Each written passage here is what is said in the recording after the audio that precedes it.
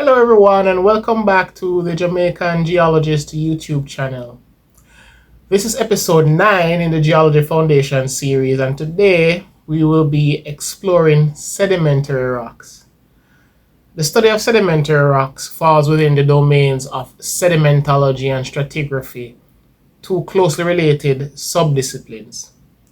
And I spoke about these in episode 2, the branches of geology, so go watch that if you haven't already. But to simplify, sedimentology is the study of the production, transport, and deposition of materials that accumulates as sediment in aquatic and terrestrial environments, which eventually forms sedimentary rocks. Stratigraphy is the study of rock layers to determine the order of geological processes or events. And as you can imagine, there's a lot of research related to these fields with several scientific journals and organizations related to them. In this video, however, we will only be focusing on the basics of sedimentary rocks. As you have seen so far with rocks, they are very useful as we answer many fundamental scientific questions, but also modern society depends on them. Our journey through rocks continues today with a brand new exciting chapter, so let's get started. So as with all the videos so far this series, let's establish a few fundamental concepts and how we arrive at them. What is a sedimentary rock? Well, the Oxford Dictionary of Geology and Earth Sciences defines sedimentary rock as rock formed by the deposition and compression of mineral and rock particles, but often including material of organic origin and exposed by various agencies of denudation.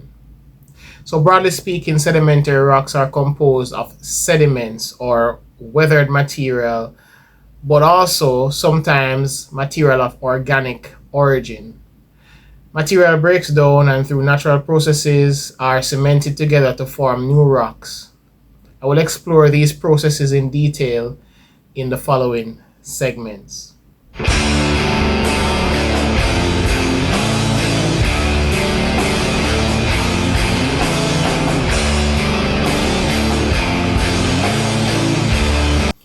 So let's start at the beginning. Weathering can be defined as the breakdown of rocks and minerals at and below the Earth's surface by the action of physical and chemical processes. So rocks are broken down by physical or mechanical processes as well as chemical processes. All right, cool. Let's start to get granular. For this introductory video, I want to focus on the physical processes of thermal expansion, frost wedging, unloading, and abrasion. For the chemical processes, I want to focus on dissolution, oxidation, and hydrolysis. Let's start with the physical processes. Frost wedging, which is known by many names like congelifraction, frost shattering, gelifraction, gelivation, and freeze-thaw action, is basically just the fracturing of rocks when water gets into cracks or pore spaces and then freezes. Then it thaws and then it freezes, and this cycle is repeated over and over again, wearing away at the rocks. Moving on, thermal expansion is the tendency of matter to change its volume in response to a change in temperature. When rocks are exposed to heat, like in a very hot or arid region, they expand as the temperature, and as the temperature decreases, the rocks contract. Let's think about a place with very hot summers and extremely cold winters, or some deserts where the temperature is extremely hot in the daytime and quite cool, sometimes even cold at night. These extreme temperatures affect the structural integrity of the rocks, eating away at it and over time breaking it down. All right. The next physical weathering process is unloading. Unloading is also called pressure release. Rocks are buried beneath other rocks. The rocks on top are weathered or eroded away, and as the weight above is removed, the rock expands and cracks form along the surface. Over time, thin layers peel off in a process called exfoliation or sheeting. This can also happen when glaciers melt and reduce the pressure on the rocks below, a process called glacial isostasy. The last physical weathering process I wish to discuss is abrasion. Another name for abrasion is corrosion. This is basically the rocks bumping and grinding into each other or against a surface. Some common agents of abrasion are the bed load in a river, rock debris embedded in glaciers. Basically, things just rub against each other and scrape off bits and pieces. Okay, now that we have spoken about the different kinds of physical weathering, let's now talk about the kinds of chemical weathering. The three I want to explore are dissolution, oxidation, and hydrolysis. Let's start with dissolution. This is simply weathering where minerals in rocks dissolve in water, particularly when the water is acidic. And perhaps the most common example is the calcite in carbonate rocks reacting with carbonic acid in rainwater. Oxidation occurs when oxygen reacts with minerals in rocks, particularly those containing iron, causing them to break down. A good example I can think of is the mineral chalcopyrite or chalcopyrite. Chalcopyrite is a copper iron sulfide mineral and weathers by oxidation when exposed to air over a period of time, often resulting in a dull gray-green appearance. In acidic conditions, this oxidation or tarnishing can produce all kinds of funky psychedelic colors, lots of bright blues and purples. The weathering process contributes to acid rock drainage by releasing copper and iron into the environment. Finally, hydrolysis, a type of chemical weathering, is a type of chemical weathering where minerals in rocks react with water. And during this process, water breaks down the minerals and changes them into new, softer substances like clay. For example, feldspar in granite can turn into clays through hydrolysis, and this weakens the rock and helps break it apart over time. Now, all these different types of weathering seem like a lot, but they are super important in the formation of sedimentary rocks. Weathering is where the raw material for sedimentary rock comes from.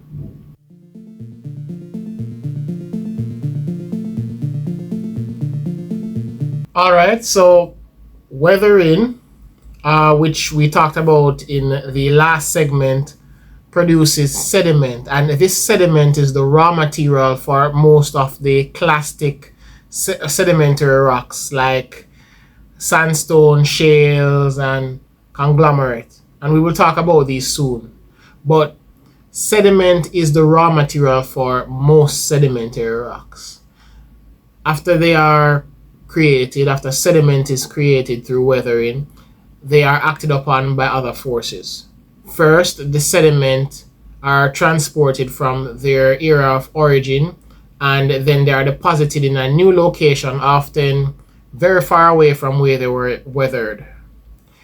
The agents or transport are water, wind, and ice. Think of rivers, streams, seas, oceans as it relates to water, and glaciers as it relates to ice. Wind is interesting, and an example I can immediately think of, and I know most people can relate to, especially in Jamaica, is the Sahara dust. The wind picks up sediments in Africa and transports them across the Atlantic into the Caribbean. And even though over the last few years the dust has been especially terrible to the point of being quite thick and noticeable with the naked eye and sinuses, studies show that this has been happening for a very long time. We can explore this in another video. But anyway, I use this example to illustrate that sediment is picked up by wind and transported just like how water picks up sediment. Deposition can be considered an extension of transport in a sense. In geology, deposition is the process where sediments, soil, and rocks are laid down or settled in a new location. Often there is something called a depocenter. The Oxford Dictionary of Geology and Earth Sciences defines depocenter as the site of maximum deposition within a sedimentary basin, where the thickest development of the sedimentary sequence will be found. There is a lot more to deposition than simply just sediments deposited. Whole PhDs are done on deposition, and whole careers are built around it.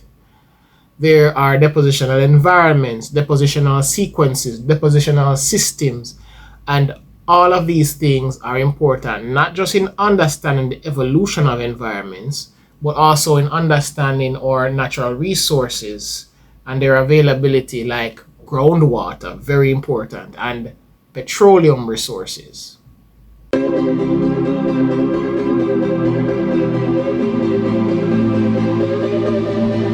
So, after erosion, transport, and deposition, there is diagenesis. This is where the sedimentary rocks finally form. The Oxford Dictionary of Geology and Earth Sciences defines diagenesis as all the changes that take place in a sediment at low temperature and pressure after deposition. With increasing temperature and pressure, diagenesis grades into metamorphism. Then it goes on about the different sub-processes of diagenesis, which I will get into in a moment. What I want to point out here from the definition is that diagenesis occurs at or close to the surface at relatively lower temperatures, generally from 0 degrees Celsius to as high as 200 degrees Celsius, according to most textbooks. Above 200 degrees Celsius, we have metamorphism, and we will talk about metamorphism in the next episode. And at extremely high temperature, we have melting, and we discussed melting in our previous episode on igneous rocks. These distinctions are important in geology. So diagenesis occurs close to Earth's surface at low temperatures. It starts with a buildup of sediment in a place like a basin's depocenter. Eventually, this sediment becomes buried. With burial comes compaction and cementation, which leads to lithification or solidification of the sediments into the nice, durable rocks we all know and love.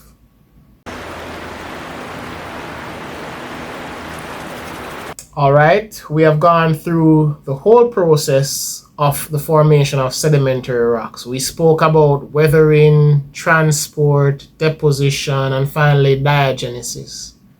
So we have rocks now. But the question now is, what are the types of sedimentary rocks?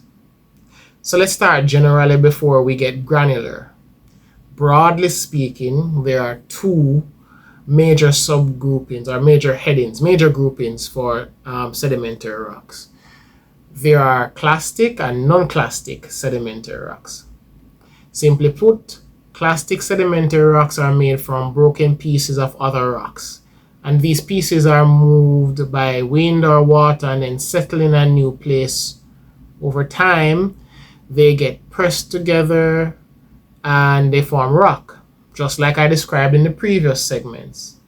And examples of clastic sedimentary rocks include conglomerate, which is composed of rounded gravel, pebbles, and cobbles.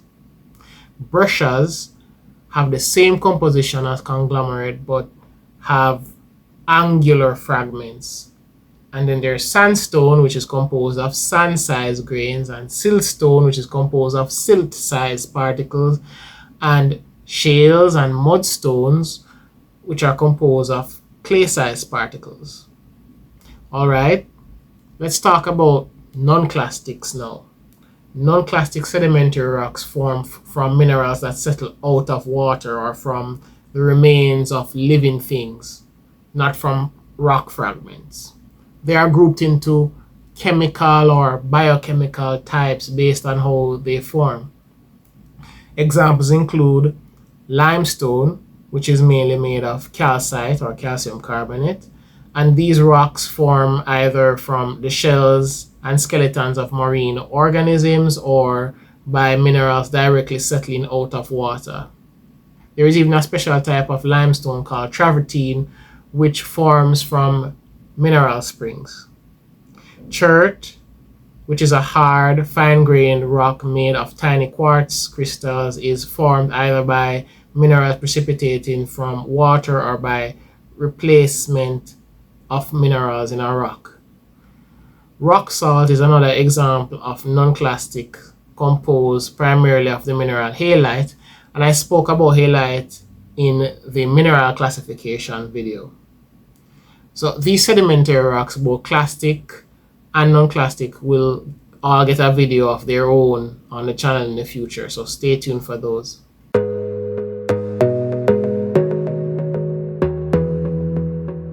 So why does this matter? Well, let's start with understanding paleo environments or past environments. First off, sedimentary rocks are where we find most of the world's fossils in the geological record, and fossils help tell a story about past environments. Okay, cool. There are also some sedimentary structures like imbricated pebbles in the rocks, which give us an idea of past flow direction for water in a stream. All right, to the non-geologists who watch my channel, they would probably say that this all sounds trivial and academic. So why should this really matter to the average person going about their day? Well, let's take it a step further. Let's talk about the most essential thing to life on Earth: water. Water is a precious commodity. Most of the water on Earth, over 90% according to most academic sources, most of it is salt water, and a lot of the fresh water is trapped in glaciers, so an even smaller amount is available for human consumption. The freshwater sources include surface sources like rivers and lakes, but most of our water comes from groundwater sources, namely aquifers. And aquifers are one of the reasons sedimentary rocks are so important. Sedimentary rocks, because they tend to have primary porosity, store a lot of groundwater, which we depend on. Sandstone aquifers and limestone aquifers are common and exist all over the world and are exploited to the point of overexploitation, with high demand and new cities and towns developing all the time all over the world. We'll talk about this in another video. Beyond water, sedimentary rocks are where we get most of our oil and gas resources from. Shales and sandstones and limestones too are important reservoir rocks for oil, again because of the porosity and permeability. And yes, I know there is an energy transition now, but the fact is, even with alternative energy resources, we will still need fossil fuels in the foreseeable future until we are fully off them. Hydrocarbons are not just for energy, but also they are an important ingredient in things like plastics. Think about our PVC pipes, among other things. Coal, which is still about 15 to 20% of the energy supply globally, depending on the source you read, is a sedimentary rock formed by the accumulation and compression of peat or organic matter in prehistoric swamps and bogs. We are moving away from coal as an energy source still, but it's still around. And I personally find the formation of coal fascinating, and I plan to do a video on it someday. Then there is the normal construction stuff I have mentioned in the past. Sand and gravel, which are sedimentary substances, are used in construction. Limestone is used in cement and so on. But I must single out sand. Most of the sources you come across will tell you that apart from water, sand is the most consumed commodity globally. And I mean, it makes sense. We use it in construction, the production of glass, and even less noticeably in electronics. The device I am recording this video on and the ones you are watching on have tiny silicon chips, and these chips are engineered from a special type of sand which is 99.9999999% silicon dioxide. Yes, there are 9 nines after the decimal point, and it must be this pure and precise for the chips to work when they're engineered. This is a whole other topic for another video, but I will leave you with this. There is a book I read some years ago titled The World in a Grain by a guy named Vince Beiser. I knew sand was important, but if you read that book, you will never look at sand the same way again. And trust me, if I start talking about limestone, this video will never end. So let's leave it here for now. We can talk about all these things in future videos.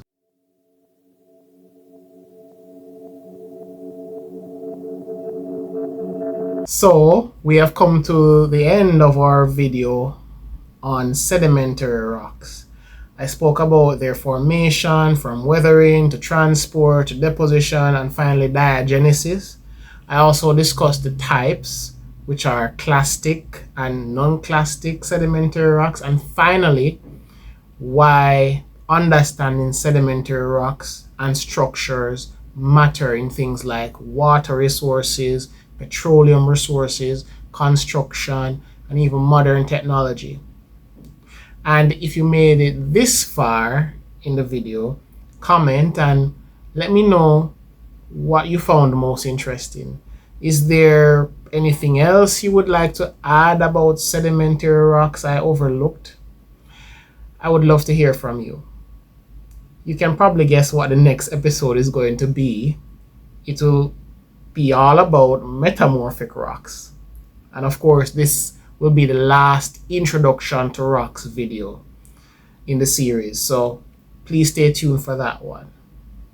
As always, thank you for watching and bye for now.